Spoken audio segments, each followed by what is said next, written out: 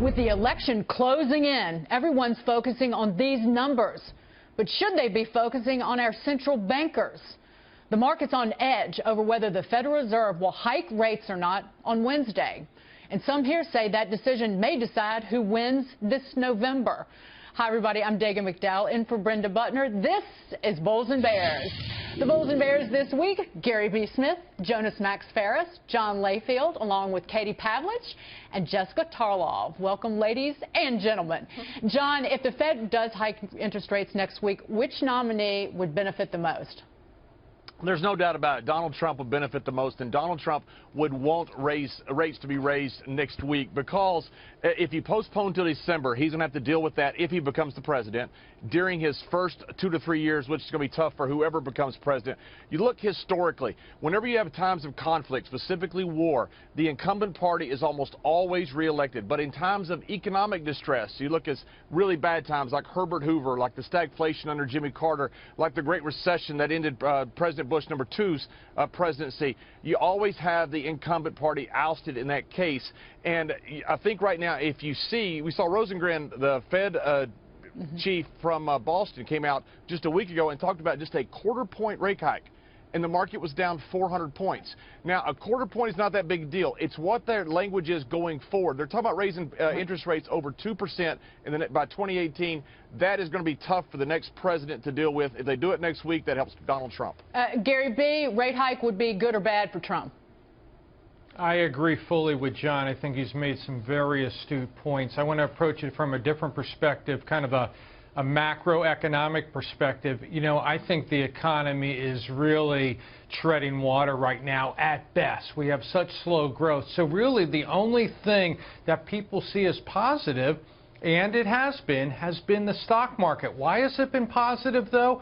We've had these ultra-low interest rates seeming for an interminable amount of time. If the Fed raises rates, and I actually think they'll probably hold off, but if they do, I think John's right. The market goes down, because that's the only thing propping up the market right now. The market goes down and people say, my gosh, we don't have jobs, we aren't earning anything, we can't afford homes, and now we see our 401k shrink. I think Trump is a shoo-in then for the presidency. And Katie, people often make up their minds way in advance on how they feel about the economy, and this has been the worst recovery since at least 1949.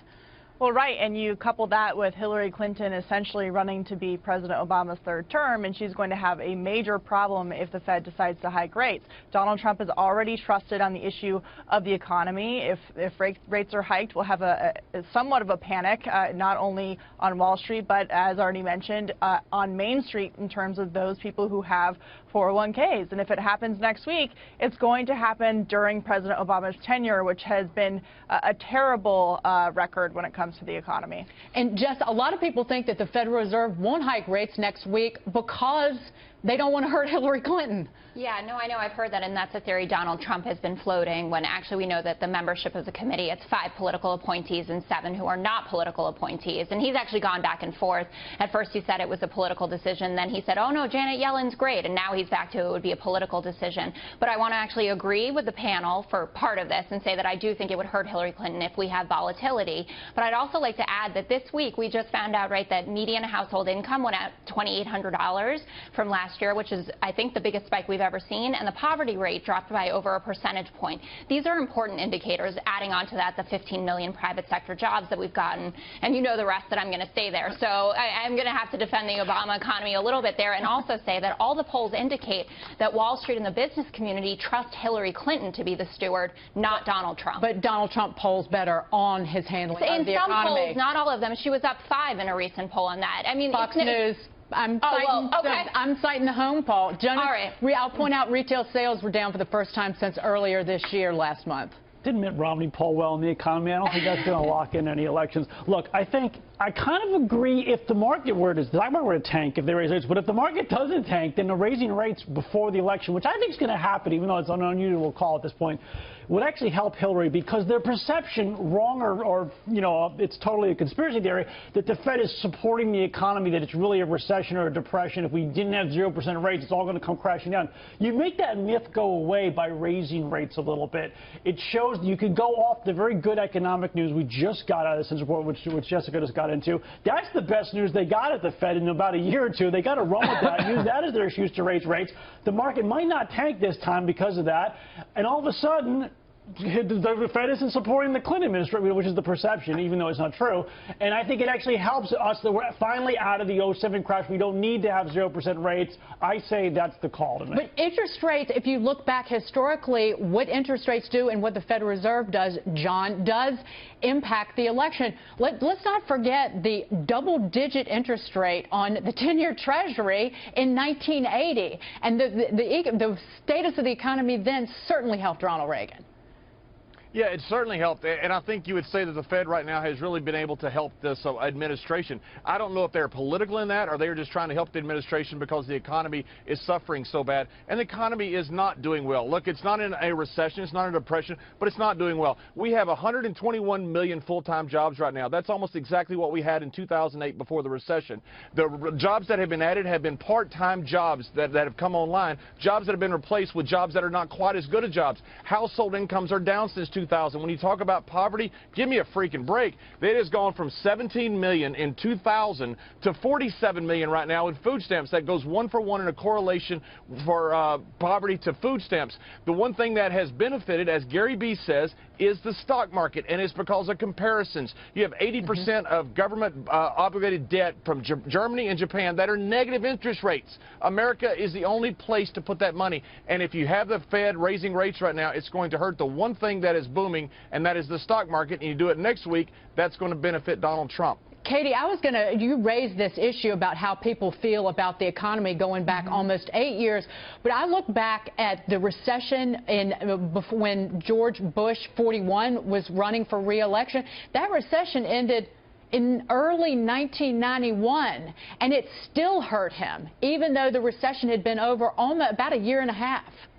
Yeah, look, economic turmoil, which I think the American people have clearly said has been a part of the decision that they're going to make in November, is certainly something that we have to take into account here. When you poll on a number of issues, despite maybe the news of the day outside of the economy, the number one thing that people vote on is the economy every single time. And so if they see that their 401k is losing money next week, if they see instability in the marketplace, they're going to go with the person who they feel has the best business interests and best decisions when it comes to getting away from the Obama economy and moving forward with a different solution outside of government intrusion. Jess, you're shaking your head. No, it was a little bit of agreement. It's like a quasi-bobblehead situation. I actually agree. I mean, it's always been the kind of strange thing about the last few months that Obama has such a high approval rating, but still 70% say that we're on the wrong track, and that people say that economic indicators, whatever they might be, they still don't feel secure, right, about their future. We have issues with people believing in the American dream today, et cetera. I think part of that is a communication problem on the part of the administration, and it's just that on the ground, things don't feel as good as maybe they do in the papers, as it were. So I totally take that point, and I think that's something that Hillary Clinton really has to battle against, because she has to celebrate accomplishments, but also say, I'm going to do things a little bit differently because I know that you're hurting. One final thing, Gary B, that I want to point out. The Federal Reserve, members of the Fed, met with this liberal activist group called Fed Up in August. How about saying I'm sorry to all the savers going back the last 8 years or more? How about saying sorry? So to people who say the Fed's not political, well, they are political.